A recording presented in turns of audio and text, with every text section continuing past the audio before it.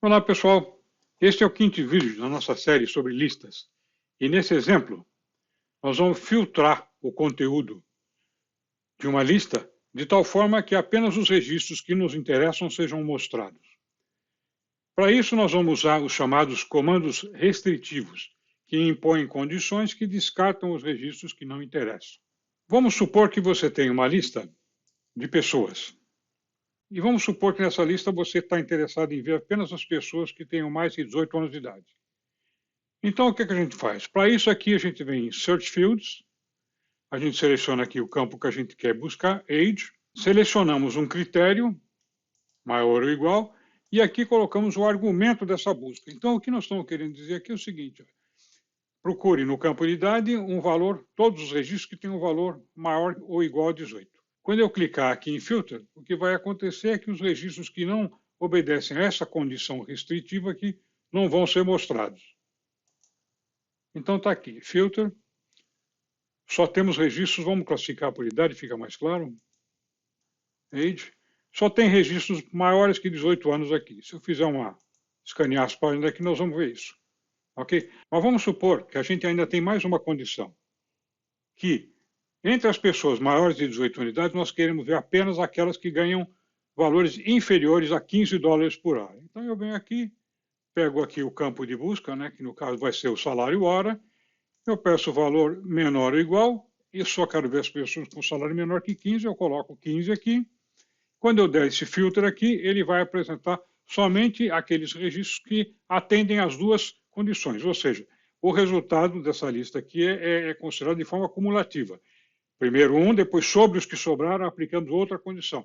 Claro que você pode programar diferente. No nosso caso, a condição aqui é cumulativa. Feito isso, nós temos então aqui uma lista que tem todas as pessoas maiores de 18 anos que ganham menos que 15 dólares por hora. Então, aqui nós temos alguma coisa mais que pode ser feita. Se a gente clicar aqui em estatística, nós vamos ver que dessa população aqui, ó, de 60 registros originalmente, nós temos agora simplesmente 16 que passaram pelos dois critérios. Tá? E aqui tem todas as outras estatísticas dessa massa resultante. Obviamente que o menor valor é 12, o maior valor é 15, porque nós restringimos dessa maneira aqui.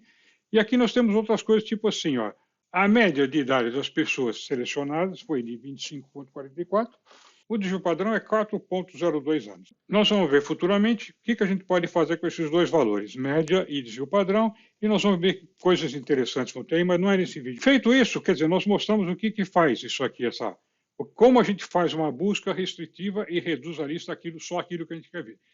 Mas, além disso, nós podemos ver, dessas pessoas que atenderam todas essas condições restritivas que a gente impôs, nós podemos ver, por exemplo, que produtos elas compraram. Então, eu clicando aqui, eu vou expandir essa linha de tal forma que ela vai apresentar aqui embaixo os produtos que essa pessoa comprou. Então, aqui, outros listas de produtos, quantidade, o item, detalhes do produto, preço total, que é quantidade vezes o preço unitário, etc, etc. Eu clico de novo, ela fecha, eu clico, ela abre, se eu clicar em outro, ela fecha essa e abre o item restante. Agora, vamos ver aqui alguma coisa no código e nós vamos começar a mostrar como é que a gente fez esse programa aqui. Em primeiro lugar, nós tivemos que gerar essa massa de teste aqui, né? Então, nós já vimos isso uma vez e os exemplos estão marcados aqui em cima. Você pode ir lá assistir esses vídeos se você tiver interesse em se aperfeiçoar um pouco mais nisso aí ou recordar. Bom, mas além disso, tem uma coisa que é novidade aqui, né? Então, quando eu estou gerando esses arquivos, vendo aqui no código agora, aqui, quando eu clico aquele build, que é aquele botão de build, ele vem aqui e gera a massa de teste para a gente, tá certo? Então aqui, por exemplo, a massa a lista de pessoas vai ser gerada aqui, já em persons, que a gente já explicou no outro vídeo como faz. Agora, nós fizemos aqui mais um arquivo, que é um arquivo de produtos. Então, esse arquivo de produto, ele tem um código de produto, uma descrição e um preço. É muito simples, são só 3 itens. E nós temos também um código de vendas, de sales, né? Esse código de sales diz o seguinte, ó, uma pessoa, que produto que ela comprou. Ele associa a pessoa às compras que ela fez. Então, agora, a gente vindo aqui, nós criamos manualmente, isso aqui a gente fez manual, né? Entramos na internet, pegamos uma lista de itens aí, fizemos aqui uma coisa manual. Agora, nós vamos ver, depois de fazer essa lista manual aqui, a gente viu se esses registros eram válidos, de acordo com o que tem aqui nas restrições do modelo, né? Ok? Ou seja, mais que 8, menos que 38, se o preço está nessa faixa, assim por diante, tá? Então, para saber se todos os produtos que estão incluídos nessa lista aqui são válidos. Feito isso, o que a gente faz? A gente vem aqui, ó, e para cada pessoa eu vou gerar aleatoriamente uma lista de produtos que ela comprou. Então, aqui, ó, para cada pessoa no arquivo de pessoas que foi gerado aqui em cima, né, eu vou associar via tabela de vendas, eu vou associar os produtos que ela comprou. Então, eu vou incluir uma linha na tabela de venda que é uma linha S de sale na tabela de venda, que vai ser o código da pessoa, que é o comprador. E aqui nós vamos dizer assim, a quantidade, quer dizer, a quantidade do item que a pessoa comprou, e aqui nós vamos pegar, gerar também aleatoriamente, um produto. A gente pega aqui daquela lista de produtos, que são uns 20 mais ou menos, nós vamos selecionar um produto e vamos dizer que esse produto foi aquele produto que a pessoa comprou. Então, cada vez que a gente percorrer essa linha aqui, a gente vai gerar uma venda, tá certo? Nós vamos gerar um registro de vendas, tá? Quer dizer, no mínimo 2 por pessoa e no máximo 7. Nós vamos gerar um arquivo, tá? E essa massa de teste é que vai ser usada para a gente fazer o nosso exemplo. Retornando para o programa, vamos ver como é que isso aqui funciona. Então, vamos voltar lá para o Age. Quando a gente clicou o Age aqui, ó, dei o Search Field, dei o campo Greater or Equal e botei aqui o argumento, 18. E quando eu clico aqui esse filtro aqui vai nos levar a uma função que vai percorrer essa tabela e eliminar os registros que não interessam. Então, vamos ver como é que isso aqui funciona. Quando eu clicar o botão de filtro, ele vai aplicar essas restrições sobre a massa de dados e é aqui nessa função que ele faz isso, aqui nesse método que ele faz isso. Então, ó, vamos só recordando, voltamos aqui para cima. Aqui nós temos sobre qual campo nós vamos aplicar a busca. Aqui nós temos qual o operador, maior, menor, igual, etc.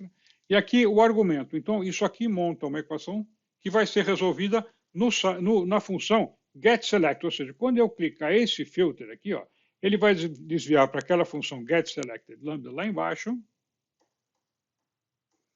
E aqui ele vai aplicar aquela equação que a gente montou lá em cima. Ou seja, executando. Vamos vir aqui para o código, passo a passo agora. Dei o filter aqui. Como consequência, ele veio parar aqui, primeira linha da função. Aí, executando passo a passo. Aqui ele está vendo, ó, qual foi o search field que eu selecionei. Foi o age, né? Nós sabemos que foi. Então, aqui, nome não foi, passou, veio para o age. Então, como foi age, ele passa para cá, e aqui, o que ele faz? Em primeiro lugar, antes dele fazer essa operação aqui, ele vê se esse argumento aqui que foi digitado pelo usuário, aquele valor que a gente digitou na caixa de texto, se ele é válido. Porque, por exemplo, vou fazer uma comparação com o campo alfabético, vai dar problema. Então, antes de causar uma interrupção no programa, a gente vem aqui e faz uma pequena crítica para ver se esse argumento aqui é válido. Então, se ele for um valor numérico válido, etc., tá? Aí ele passa para a linha restante. E passando para a linha restante, ele vê qual é o operador. Então, no nosso caso, o operador lá é maior ou igual. Então, ele vai executar essa função lambda aqui. Então, vamos lá. Estou dando aqui F11.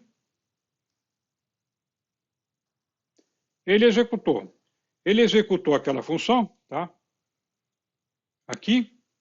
Tá? E como resultado da execução dessa função, essa lista persons aqui, agora só tem essas pessoas, porque ele selecionou as pessoas aonde a idade era maior ou igual a esse conversion aqui. Então, seguindo em frente, tá?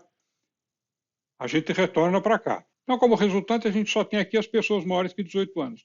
E como a gente já fez, mas vamos fazer de novo, a gente aplicou aqui, por exemplo, salário hora. Eu queria saber, eu quero as pessoas que têm salário hora menor do que 15, tá? Então, se eu colocar esse 15 aqui, que é o argumento, e aplicar filtro aqui, o que ele vai fazer? Ele vai para lá do mesmo jeito que fez o anterior, e aí executando passo a passo. ID não é, name não é, age não é, initial date não é, hourly age, está aqui. Ó. Então, agora, ele vai ver se isso aqui é um argumento válido, tá certo? Passou. Agora, eu quero os valores sejam menores ou iguais. Então, ele deve executar essa função aqui. Então, ele chegou aqui agora, ele vai executar. Dessa lista de persons que resultou, porque ela já sofreu uma redução. Uma parte dos registros já ficou retido, já foi removida quando a gente fez aquela restrição de idade. Agora nós vamos fazer mais uma restrição, tá? Nós vamos pegar só vamos pegar as pessoas que ganham menos que $15 por hora. Então, daí continue e ele chegou aqui, tá? Então, é assim que a gente faz esse processo de seleção. É claro que você pode expandir isso aqui se você quiser avançar mais. Vamos supor, por exemplo, que você acha importante ter uma cláusula aqui, por exemplo, contém, ou sempre vem maior ou igual.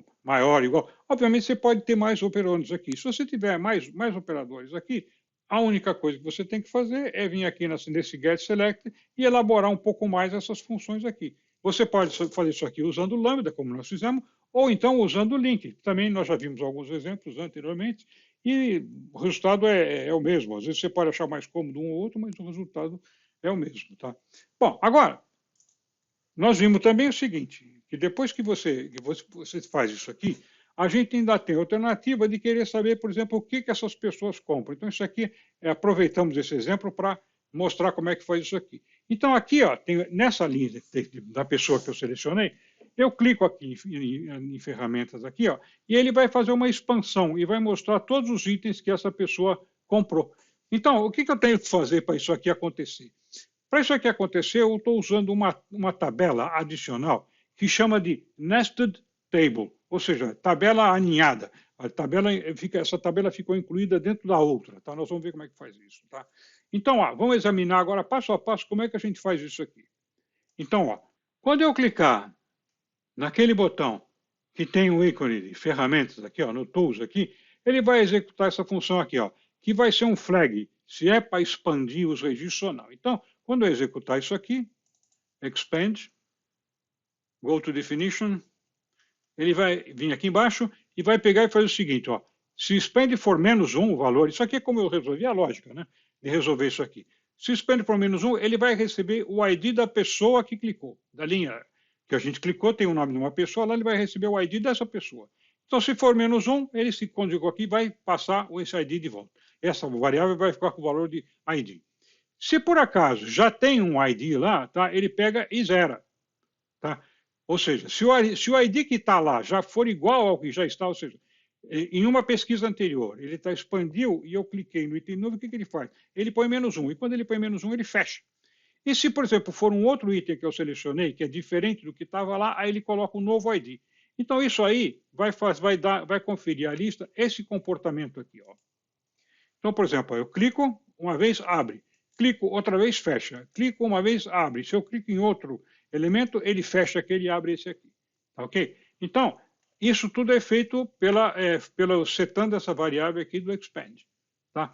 Bom, então, feito isso, como expandiu esse expand aqui, ó, ele vai disparar, o expand está aqui, né? Como ele é uma variável que está sendo usado lá dentro do HTML da página, o Razor vai perceber, opa, mudou uma variável que tem a ver com a página que está sendo mostrada. Então, ele vai pintar a página de novo, porque se esse valor expand mudou, pode ser que tenha que fazer uma pintura de tela diferente. E é de fato isso que acontece. Porque olha a lógica que vem aqui. Ó. Quando ele vai pintar a tela, isso aqui é a tabela que a gente carregou de página. Nós já vimos várias vezes como é que faz isso. Né? Então, quando ele for pintar essa página aqui, ó, ele vai colocar lá o nome da pessoa. Agora, que vai nessa description aqui, ó, ou seja, essa row aqui tem vários campos, né? Um desses campos é name, e o campo name continua lá, mas ele faz um teste adicional. Olha aqui, ó. Se for essa pessoa que está sendo listada aqui, ó, essa pessoa P está sendo listada, for igual ao código que é para expandir, então ele executa isso aqui embaixo. Se não for igual a esse código, ele cai fora e não abre a tela, e não abre a tabela. Mas se for igual, ele vem aqui e fala, opa, essa pessoa aqui está com o código que eu estou querendo analisar, então ó, eu vou abrir uma nested table que vai mostrar esses valores. Então aqui eu abro uma table nova, isso aqui são fatores de dimensionamento das colunas, porque, por exemplo, se você não faz isso aí, por exemplo, o código fica um campo muito grande para um conteúdo muito pequenininho e tal. Então, se você puser isso aqui, dá um visual melhor. Você vai testando vários valores até que dá um visual que você considere agradável. Bom, aí nós vamos, nesta tabela que nós estamos criando, nós vamos criar aqui um header, tá? Ela vai ter um header que vai ser, ó, esse header aqui é o seguinte, ó, tr é row. Então, eu estou abrindo uma row que dentro dela vai ter th, que é header. Então, na primeira coluna não tem título, tá? Na segunda coluna tem quantidade, depois item, depois detalhes de produto e detalhes de preço. Vamos ver o que quer dizer isso aqui, ó. Vamos abrir de novo lá, ó. Tá vendo? A primeira coluna aqui não tinha título, vocês repararam, né? Eu botei só uns palitinhos aqui para fazer uma ideia de contorno aqui, tá? Então, aqui, ó, primeiro título aqui é quantidade, depois item, detalhes do produto e preço total. Tá ok? Então, isso aí, ó, essa parte do título, do rótulo aí, do título foi feita aqui, ó. Então, colocamos o header da nested table, que a nested é a que vai dentro da outra tabela. Agora, deixa eu só esclarecer um negocinho aqui. Essa tabela que vai dentro da outra, ela só pode ficar dentro de uma coluna. Então, ela vai ser aninhada, essa nova table vai ser aninhada, vai ser nesta, dentro de uma determinada coluna. Eu escolhi essa coluna não porque é a coluna mais longa e ficava melhor para colocar os dados aí dentro. Então, vamos só repetindo. O que quer dizer isso? Isso aqui quer dizer o seguinte, ó, toda essa tabela que eu estou criando lá, ela vai estar dentro dessa coluna que vai daqui até aqui. Ó. Tá? Então, essa tabela aqui nós estamos criando dentro dessa coluna da tabela anterior, da tabela mãe, vamos dizer assim. Né? Tá? Bom, então, aí criamos aqui o header. Agora, em seguida, o que nós vamos fazer? Para cá, nós estamos fazendo uma busca aqui, ó. Nós estamos pegando sales. Agora, eu tenho aqui, naquele total de vendas, eu tenho aquela tabela de vendas que nós criamos na situação da massa de teste, lembra? Eu quero pegar todas as vendas relativas a esta pessoa que eu estou listando aqui agora, que é o Person ID. Ó. Isso aqui, isso aqui.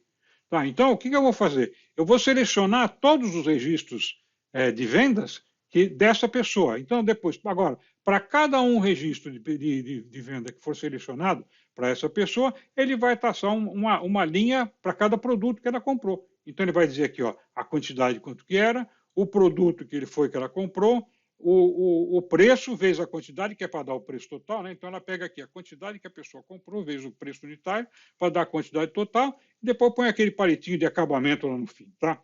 Okay? Então, este processo aqui, ó, você vê, ele constrói a tabela que faz a expansão e mostra o conteúdo, vamos dizer assim, do detail, vamos dizer assim, daquela pessoa. Tá?